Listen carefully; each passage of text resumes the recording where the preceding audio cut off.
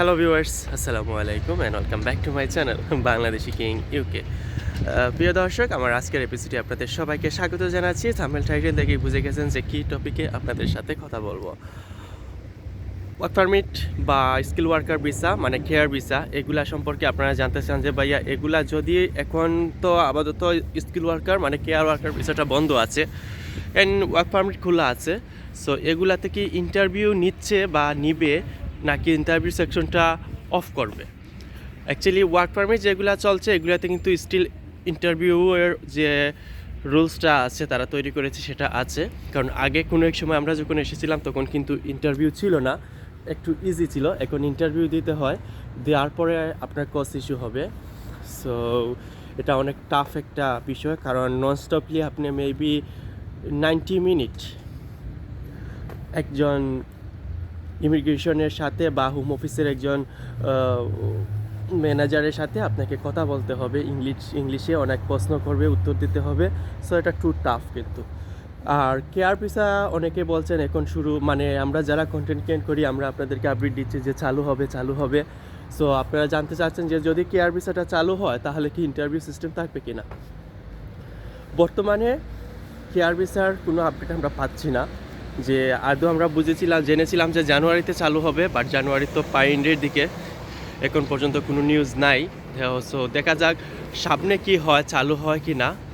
এবং চালু হলে ইন্টারভিউ সিস্টেমটা রাখবে এটা অ্যাকচুয়ালি 100% আমরা এখন বলতে পারছি না, তবে ধারণা করা যায় হ্যাঁ এটা রাখবে। কারণ ইউকে গভর্নমেন্ট এখন অনেক রুলস চেঞ্জ করে ফেলেছে, অনেক হার্ড করে ফেলেছে তাদের ইমিগ্রেশন রুলসটা।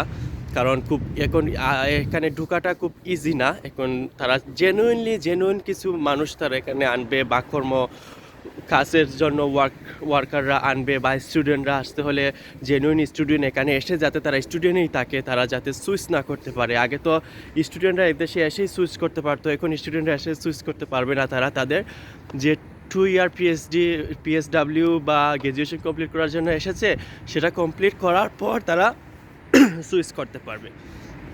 সো যারা জানতে চান যে কেয়ার ভিসা ইন্টারভিউ নিবে কি না, কেয়ার ভিসা ইন্টারভিউ নেওয়ার সম্ভাবনা কিন্তু 99%, জাস্ট 1% নাও নিতে পারে। কারণ এটা জানি না কি হবে, যখন কেয়ার ভিসাটা চালু হবে তখনই কিন্তু এই তথ্যগুলো আমরা পাবো, বাচ্চাদের তথ্যগুলো আপনারাও পাবেন, আমরা আপনাদেরকে জানাতে পারবো বিভিন্ন গণমাধ্যমের মধ্য দিয়ে। এবং হোম অফিসও কিন্তু তার পেজে কিন্তু দিয়ে দিবে যে তারা ইন্টারভিউ নিবে কি নিবে না। তবে আমরা ধারণা করছি ইন্টারভিউ নিবে 99%, কারণ এখন তারা আর আগের মতন কোনো মানুষ আনবে না যে যারা বকলম জানে না, যারা ওয়া জানে না তাদেরকেও দিয়ে দিলাম, এরকম না। তারা একদম জেনে বুঝিয়ে সঠিক যোগ্য মানুষজন আনবে।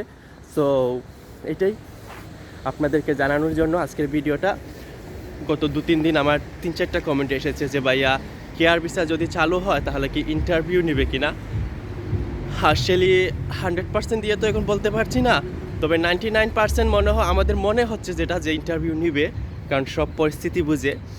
আর যদি না নেয় তাহলে তো ওটা ভালো, সবার জন্যই ভালো। যারা আসতে চাচ্ছেন, আপকামিং যারা ওয়েট করছেন আসার জন্য, তাদের জন্য অনেক বেশি ভালো একটা নিউজ হবে না নিলে।